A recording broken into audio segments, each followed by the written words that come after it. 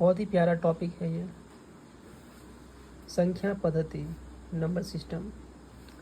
पूर्ण संख्या यानी कि होल नंबर्स, पूर्ण संख्या किसे कहते हैं, इसे परिभाषित करना है। तो बाबू हम लोगों ने इससे पहले जो क्लास किए थे वो था प्राकृत संख्या किसे कहते हैं। तो थोड़ा सा इसमें लिया गया है कि जब प्राकृत संख्याओं के समुच्चय में शून्य यानी कि 0 को शामिल कर लिया जाता है तो पूर्ण संख्याओं का समुच्चय बन जाता है।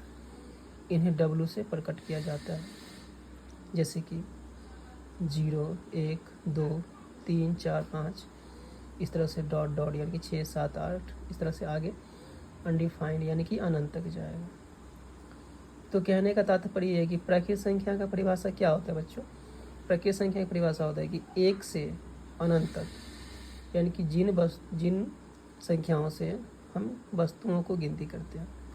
तो वस्तु की गिनती कैसे करते हैं, अब आपको ढेर सारा वस्तु दे दिया जाए, ठीक है, या फिर क्लास में ही बहुत सारे वस्तु दे दिया जाए, आपको बोले काउंट करने, तो काउंट कैसे करोगे, 1 से ही स्टार्ट करोगे ना, 1, 2, 3, 4।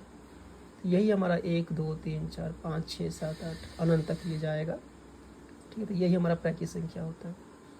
तो प्राकृत संख्या में तो सबसे छोटी प्राकृत संख्या जो होती है वो 1 होती है। अब प्राकृत संख्या के समूह में अगर शून्य को लिया जाता है ना, शून्य को शामिल कर लिया जाता है, तो ये जो नया संख्या का जो समूह बनता है बाबू, और ये जो नया संख्या का समूह बन गया है, ये हो गया हमारा पूर्ण संख्या। अब देखिए इसमें विशेष जानेंगे कि सबसे छोटी पूर्ण संख्या 0 होती है, सबसे बड़ी पूर्ण संख्या अनडिफाइंड अनंत कह नहीं सकते हैं।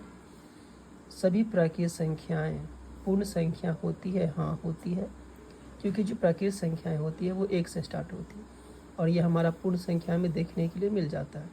इसलिए जितना भी प्राकृत संख्या है वो एक पूर्ण संख्या होगा। लेकिन सभी पूर्ण संख्याएं प्राकृत संख्या होगी नहीं।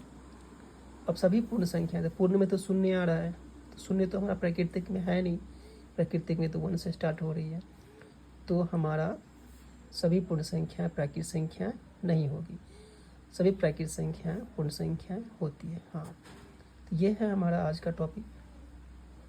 तो इसमें कुछ नया नहीं है, सब कुछ आप लोग थोड़ा थोड़ा पढ़े होंगे। बस आपको ये याद रखना है कि सबसे छोटी जो पूर्ण संख्या होती है वो शून्य होती है, और सबसे बड़ी जो पूर्ण संख्या होती है वो अनडिफाइंड होती है। अगर आप प्राकृत संख्या में चले जाइएगा तो सबसे छोटी जो प्राकृत संख्या होती है वो 1 होती है, और सबसे बड़ी कह नहीं सकते अनंत होती है।